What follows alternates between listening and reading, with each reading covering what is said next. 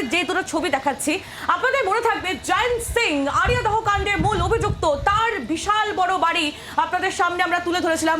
দুধের ব্যবসা থেকে এই দুধ সাদা অট্টালিকা, যে অট্টালিকা একেবারে সমস্ত রকম আধুনিকতায় মোড়া, সেই বিরাট বড় বাড়ি কি করে জয়ন্ত সিং তৈরি করলো সেই নিয়েও একাধিক প্রশ্ন উঠেছিল। তার যে সাম্রাজ্য, সেই সাম্রাজ্য আমরা আপনাদের সামনে তুলে ধরেছিলাম। তার বাড়ি এই মুহূর্তে আপনারা দেখতে পাচ্ছেন জয়ন্ত সিং এর বাড়ি, দুধ সাদা যে বাড়ি, এবং অপরদিকে জামালের বাড়ি, রিসর্টের আকারে তৈরি এই বিশাল অট্টালিকা, যেখানে সমস্ত রকম সুযোগ সুবিধা রয়েছে, সিসিটিভি ক্যামেরায় মোড়া এই বাড়ি, রয়েছে সুইমিং পুল, এবং সেখানে অবৈধভাবে কচ্ছপ রাখা রয়েছে। 50টি সিসিটিভি ক্যামেরায় ঘেরা রয়েছে জামালের এই সাম্রাজ্য।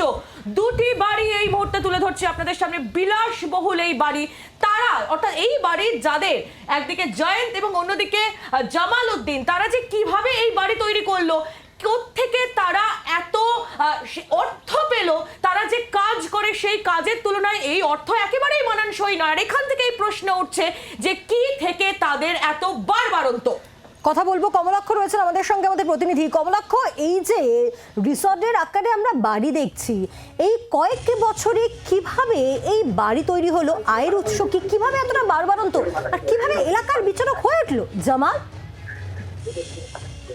দেখো, আয়ের উৎস তুমি জিজ্ঞেস করছো, জামাল কিন্তু পেশায় সামান্য মুহুরি ছিলেন। এলাকার মানুষজনও বলছেন, রাজনৈতিক যারা নেতারা রয়েছেন তারাও বলছেন যে জামাল পেশায় মুহুরি ছিলেন, একজন মুহুরি।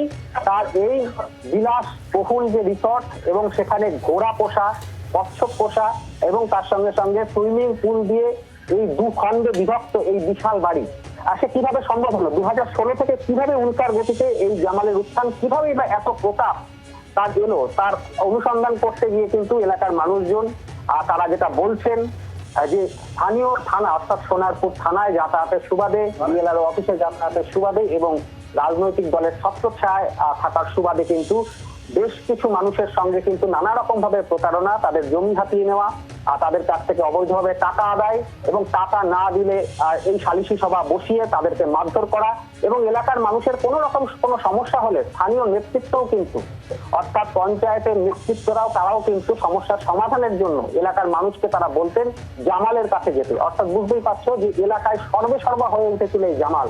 সুতরাং এলাকার মানুষের সমস্যার সমাধানের জন্য সালিশি সভা বসানো, এবং সেখানে তার মনোমত কিছু না হলে তাদের পরে অত্যাচার এবং টাকা আদায়, এই অবৈধভাবে এলাকার মানুষকে অত্যাচার করে তাদের কাছ থেকে টাকা আদায় করেই এই বিশাল সাম্রাজ্য ফুলে থেকে উঠেছিল এই জামালের। এটাই কিন্তু এখনো পর্যন্ত প্রাথমিক অনুসন্ধানে স্পষ্ট।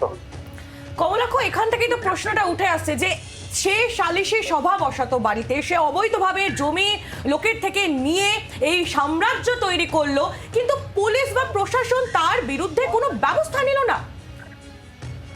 একেবারে সেই প্রশ্ন তো উঠছেই। দীর্ঘদিন ধরে থানায় যাতায়াত যা রয়েছে, এলাকার রাজনৈতিক নেতৃত্বের সঙ্গে বারংবার বিভিন্ন সভা সমিতি মিছিলে যাকে দেখা গিয়েছে, আর সেই ব্যক্তি এই হদ্দ গ্রামের মধ্যে, পোস্ত গলির মধ্যে, যেখানে একেবারে শান বাঁধানো রাস্তা দিয়ে এসে তার এই বিলাসবহুল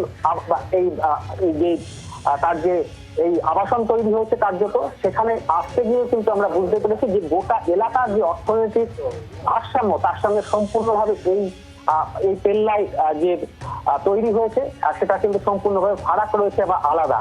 কমলাক্ষ, আরো একটা বিষয়, এই যে বাড়ির ভেতরে যে সুইমিং পুল, যেখানে আমরা কচ্ছপ দেখছি, গৃহপালিত প্রাণী হিসাবে কচ্ছপ রাখা যায় না, আমরা সবাই জানি সেটা বেআইনি।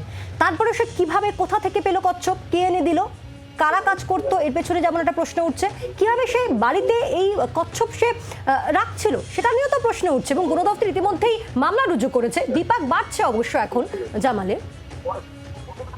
একেবারে ওয়াইল্ড লাইফ প্রোটেকশন অ্যাক্ট অনুযায়ী এই কচ্ছপ রাখা সম্পূর্ণভাবে বেআইনি, এবং কার্যত বিরল প্রজাতির এই কচ্ছপ, আমাদের দেশীয় কচ্ছপের মধ্যে বিরল প্রজাতির, এবং সেই কারণেই কিন্তু কার্যত এই কচ্ছপের ছবি দেখে বন দপ্তরের টনক নড়ে।